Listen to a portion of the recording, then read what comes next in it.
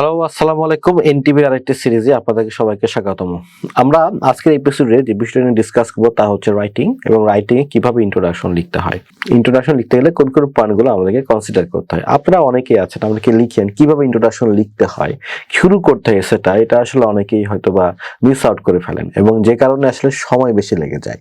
So আজকের আমরা এপিসোডে ডিসকাস করব কিভাবে আপনি ইন্ট্রোডাকশন লিখতে পারেন খুব সহজে, এবং এমন একটি ফর্মুলায়, যে ফর্মুলায় আসলে সবগুলো টাইপের আইএলটিএস যে এসে গুলো রয়েছে সবগুলো এসে দিয়েই আপনি কি লিখতে পারবেন, ইন্ট্রোডাকশন লিখতে পারবেন। So no worries, let's go into the topic. Well, IELTS এর ইন্ট্রোডাকশন লিখতে গেলে শুরুতেই আপনাকে জানতে হবে ইন্ট্রোডাকশনের পার্ট কতগুলো থাকবে, এবং প্রতিটি পার্ট আপনি কিভাবে শিখবেন সেটাও কিন্তু খুবই ইম্পর্টেন্ট। সো এই ইন্ট্রোডাকশনের পার্টগুলো আপনাকে জানতে হবে, এবং সেগুলো অ্যাকর্ডিংলি আপনাকে প্রিপারেশন নিতে হবে, এবং কিভাবে ঘরে বসে আপনি প্রিপারেশনটা নেবেন তা আমি আপনাকে দেখাবো আজকে, অবশ্যই ওয়েবসাইট ব্যবহার করার মাধ্যমে। যখন একটা ইন্ট্রোডাকশন আসে তখন আমাদের প্রথম কাজটা কি হবে, স্ক্রিনে দেখেন আপনার একটা topic, space research is a West of money. এই যে কোশ্চেনটা আমরা দেখতে পেলাম, এখানকার মূল টপিক কোনটা? মূল টপিক কিন্তু ওয়েস্ট অফ মানি নয়, মূল টপিক হচ্ছে space research. So this is your first job. যখন আপনি একটা ইন্ট্রোডাকশন পাবেন, যখন আপনি একটা কোয়েশ্চেন পাবেন, তখন আপনার ইন্ট্রোডাকশন লেখার জন্য শুরুতে আপনার যে কাজটা হবে সেটা হচ্ছে টপিকটি সিলেক্ট করে ফেলা। এবং টপিকটি যখন আপনি সিলেক্ট করে ফেললেন, তারপরে কিন্তু রয়েছে স্পেসিফিক টপিক। এখানে স্পেসিফিক টপিক কোনটা? সেটা হচ্ছে West of money. So this is the basic to things, এবং এই টু পার্টস আপনাকে অবশ্যই ইন্ট্রোডিউস করতে হবে ইন্ট্রোডাকশনে। যদি আপনি এখানে করতে ফেল করেন তাহলে কিন্তু আপনি ব্যান্ড 6 পাওয়ার প্রশ্নই আসে না, 7 তো অনেক দূরের কথা। সো আপনাকে মনে রাখতে হবে, আমার ইন্ট্রোডাকশনের জন্য অবশ্যই যে কাজটি করতে হবে তা হচ্ছে আপনাকে অ্যাড্রেস করতে হবে পার্টগুলো। তাহলে চলুন দেখে আসি আমরা একটা ইন্ট্রোডাকশন, যেখানে দুটো স্যাম্পল রয়েছে, এবং দুটো স্যাম্পলের মধ্যে কোন স্যাম্পলটি আসলে অ্যাপ্রোপ্রিয়েট ফর দ্য ইন্ট্রোডাকশন। ওকে, তাহলে আমরা যদি দুটো ইন্ট্রোডাকশন দেখি, দেখেন পাশাপাশি আমাদের টপিকটি ছিল কিন্তু space research is a West of money. দেখেন এখানে কিন্তু স্পেস রিসার্চটা উনি নাইস একটা ব্যাকগ্রাউন্ড দাঁড় করে ফেলেছেন। ওকে, দ্যাটস গুড। অ্যান্ড ইনু কিন্তু স্পেস রিসার্চ নিয়ে একটা ভালো একটা কি করেছেন, ব্যাকগ্রাউন্ড দাঁড় করিয়েছেন।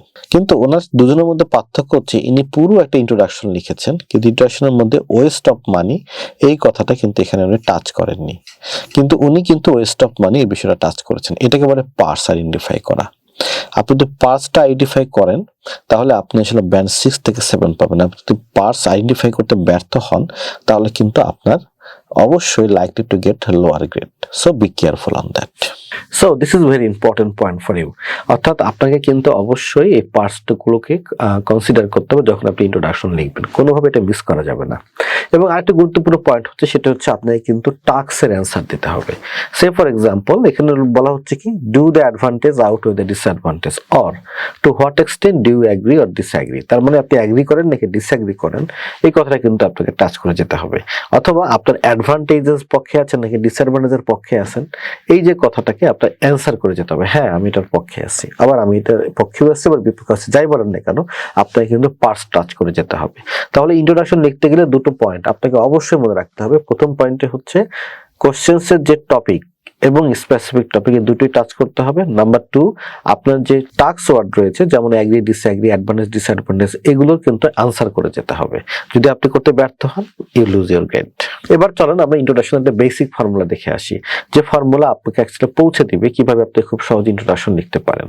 যখন আপনি একটা ইন্ট্রোডাকশন লিখতে যাবেন তখন আপনার প্রথম জবই হচ্ছে একটা প্রেজেন্ট সিচুয়েশন লেখা টপিকটা নিয়ে। সে ফর এক্সাম্পল, স্পেস রিসার্চ যদি আসে তাহলে আমি বলতে পারি, হ্যাঁ, স্পেস রিসার্চের যে গুরুত্ব তা দিনে দিনে বেড়েই চলছে। Yes, that's the present situation. অথবা আমি বলতে পারি, যদি স্টাডি অ্যাব্রোড হয়, yes, the popularity of studying abroad দিনে দিনে স্টুডেন্টদের মাঝখানে কি হচ্ছে, বেড়েই চলেছে। এই যে একটা প্রেজেন্ট সিচুয়েশন, এই প্রেজেন্ট সিচুয়েশন আমরা ব্যবহার করতে পারি একদম শুরুতে। So this is your step 1। চলুন আমরা দেখে আসি স্ক্রিনে কিভাবে আমরা প্রেজেন্ট সিচুয়েশন তৈরি করতে পারি। সো যদি আমরা টপিকটা ইন্ট্রোডিউস করতে চাই তাহলে আমরা একটা প্রেজেন্ট সিচুয়েশন লিখবো। আমি কিন্তু এখানে একটা ফরম্যাট লিখে দিয়েছি, দেখেন ছিল, in recent years the something of something has increased all over the world। তো এটাকে যদি ফলো করে আপনি লিখতে চান তাহলে আপনি যেটা লিখতে পারেন তা হচ্ছে, দেখেন আমাদের সেন্টেন্সটা যদি এখানে আসি, যেমন এখানে মূল টপিক কি, স্পেস রিসার্চ, তাই না?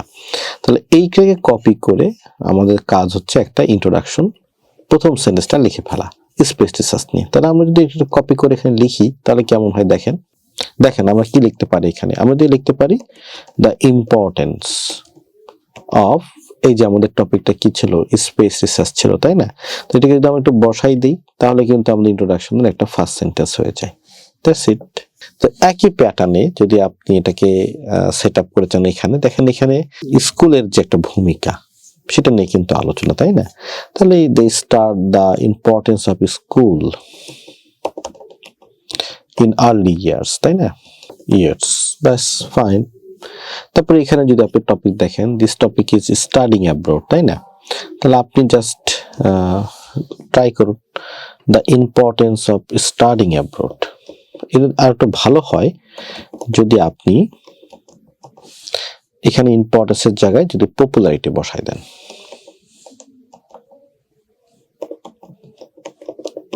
ওকে, সি, তাহলে এখন আপনি ধরুন এর চাইতে ভালো কিছু শিখতে চাচ্ছেন, প্রথমে এইভাবে শেখার পরে আপনি এটাকে জাস্ট কপি করবেন। কপি করে আপনি চলে যাবেন হচ্ছে চ্যাট জিপিটিতে, গিয়ে একটা পেস্ট করেন ভাই। পেস্ট করার পর লেখেন যে হচ্ছে গিভ মি মোর ভার্সনস। দেখেন কি আসে, দেখবেন যে অনেকগুলো ভার্সন চলে আসছে আপনার। হ্যাঁ, এই ভার্সনগুলো থেকে আপনি কিন্তু শিখতে পারবেন কিভাবে ইন্ট্রোডাকশন লেখা যায়। এই যে অনেকগুলো ভার্সন চলে এসেছে, লাইক দিস। ঠিক এইভাবে নিজের মতো করে আপনার ইন্ট্রোডাকশনের ফার্স্ট সেন্টেন্সটাকে আপনি কি করতে পারেন, ফর্মালাইজ করতে পারেন। এবার আপনার কাজ হচ্ছে সবচেয়ে ইম্পর্টেন্ট জব, সেটা হচ্ছে কি কোশ্চেনটাকে এমনভাবে প্যারাফ্রেজ করা যেন এই দুটো সেন্টেন্স পেলে আপনার টপিকটা কমপ্লিটলি অ্যাড্রেস হয়ে যায়। এবং এখানে আমাদের অধিকাংশ স্টুডেন্ট ভুল করে ফেলেন। তারা আসলে যেটা করতে চান সেটা হচ্ছে কি, যখন ওনারা ইন্ট্রোডাকশনটা লেখেন এই পার্টটা, তখন ওনারা টপিকের একটা পার্টকে মিস করে ফেলেন। যদি আপনি একটা পার্ট মিস করে ফেলেন তাহলে ইউ লুজ ইউর গেট, কখনোই এটা করা যাবে না। সে ফর এক্সাম্পল, আমরা একটা স্ক্রিনে আপনার একটা এক্সাম্পল দেখাই, চলুন লেটস গো। স্টেপ 2 তে আমরা যেটা দেখেছিলাম সেটা হচ্ছে আপনাকে প্যারাফ্রেজ করতে হবে এমন ভাবে যেন কোশ্চেনটা কমপ্লিটলি ইন্ট্রোডিউস হয়। তাহলে আপনি একটু কপি করেন ভাই, কপি করে এখানে লেখেন, লেখার পরে লেখেন প্যারাফ্রেজ দিস সেন্টেন্স। এটা কিন্তু আপনি শিখবেন বাসায় বসে। হ্যাঁ, প্যারাফ্রেজ দিস সেন্টেন্স, তখন এই সেন্টেন্সটা প্যারাফ্রেজ চলে আসলো, কিন্তু দেখছেন প্যারাফ্রেজ চলে আসলো, সিম্পল এবং ক্লিয়ার, ন্যাচারাল করে প্যারাফ্রেজ গুলো চলে আসছে। এখন আপনি এখানে হচ্ছে এবার লিখুন, সে চলে গিভ মি দ্য টেকনিক। এখানে টিপস কিছু আছে, give me the technique two paraphrase this sentence. দেখেন কি আসে। তখন আপনাকে যেটা করবে, এআই এর মাধ্যমে যেহেতু বাসায় বসে প্রিপারেশন নিচ্ছেন, আপনাকে না সুন্দর করে বলে দিবে যে কিভাবে আপনি এটা প্যারাফ্রেজ করবেন বা এই টেকনিকটা কি হতে পারে, স্টেপ বাই স্টেপ কিন্তু আপনাকে দিয়ে দিচ্ছে। হ্যাঁ, তো দ্যাটস ইট। তাহলে আমাদের দ্বিতীয় জব হচ্ছে প্যারাফ্রেজ করে লেখা কোনটি, আমাদের এই সেন্টেন্সটি। হ্যাঁ, লেটস সি। তাহলে আমরা কপি করলাম, কপি করে যথারীতি স্টেপ 2 তে বসাই দিলাম, এবং একইভাবে কিন্তু দিস ওয়ানও আপনাকে কি করতে হবে, প্যারাফ্রেজ করতে হবে। That's it. স্টেপ 3 আপনাকে আনসার টু দ্য টাস্ক, মানে এটাকে অনেকে থিসিস সেন্টেন্স বলে। তো যেমন আমাদের to what extent do you agree or disagree, ধরেন প্রশ্নপত্রে দিয়ে আছে, আপনি কিন্তু এর উত্তর দিতে হবে। আই এগ্রি দ্যাট বলে আপনি এগ্রি করেন, বাট ডিসএগ্রি করেন আই কমপ্লিটলি ডিসএগ্রি বিকজ দিয়ে একটা কারণ দিয়ে দিতে হবে। অথবা do the advantage outweigh the disadvantage, উত্তর দেন ইয়েস আমি মনে করি বেনিফিটস অনেক বেশি কার তুলনায়, ডিসঅ্যাডভান্টেজের তুলনায়, ব্যাস। বাট আপনাকে এটার অ্যান্সার দিতে হবে। একটি সহজ ফর্মুলা রয়েছে এটা লেখার জন্য, চলুন আমরা দেখে আসি কিভাবে লিখতে পারি। দেন আমাদের জব কি, আমাদের এটার অ্যান্সার দেওয়া। কোনটির অ্যান্সার দেওয়া, this one, to what extent do you agree আর ডিসএগ্রি। তাহলে এটাকে বলে আনসার টু দ্য টাস্ক। এটা নিজে নিজেই শিখেন, একজন টিচারকে বাদ দিয়ে দেখেন। তাহলে আপনি এই কপি করলেন, তারপর লিখেন যে how to answer this sentence for introduction. তারপর যোগ করে দেন ওয়ান লাইন, এক লাইনে উত্তরটা নিতে হবে। This one I completely agree because this one has a significant benefits. যে কোনো একটা লাইন নিয়ে নেন। স্ট্রং অ্যাগ্রিমেন্ট করলে কি হয়, অনেক ধরনের কিন্তু প্যাটার্ন আছে। হ্যাঁ, আপনার কাজ হচ্ছে শিখে ফেলা ভাই। This is your actually 4 steps. Okay, তারপরে আপনি আবার ঠিক একইভাবে এটা কিভাবে অ্যান্সার করতে হয় দিয়ে দেন। Do the advantage out of the disadvantage কিভাবে অ্যান্সার করতে হয় দিয়ে দেন, ব্যাস দ্যাটস ইট। আপনার ইন্ট্রোডাকশন তৈরি হয়ে যাবে। এরপরে যে ধাপ সেটাকে আমরা এবার মুভ অন করি। Number 4, that's not mandatory part, but এটাকে আমরা প্ল্যান বলি। আপনি কিন্তু প্ল্যান লিখতে পারেন। কেমন, প্ল্যান হচ্ছে যেমন আপনি বলতে পারেন দিস এসে will discuss something something something, but মজার বিষয় হচ্ছে কি এখানে যে ভুলটা অধিকাংশ স্টুডেন্ট করেন তা হচ্ছে আপনারা এটাকে পার্সোনালাইজ করেন না, টপিক ওয়াইজ লেখেন না। এটাকে আপনারা অনেক সময় মুখস্থ লেখেন, কারণ ইন্টারনেটে এরকম মুখস্থ জিনিস আছে, তাই মুখস্থ লেখে কাট কপি পেস্ট করে ফেলেন। আপনার এই মুখস্থ রাইটিং এর প্রতি এক্সামিনারের এতটুকু বিন্দু মাত্র আগ্রহ নেই, এটা আপনার জন্য একটা সতর্কবাণী। So this is year introduction job.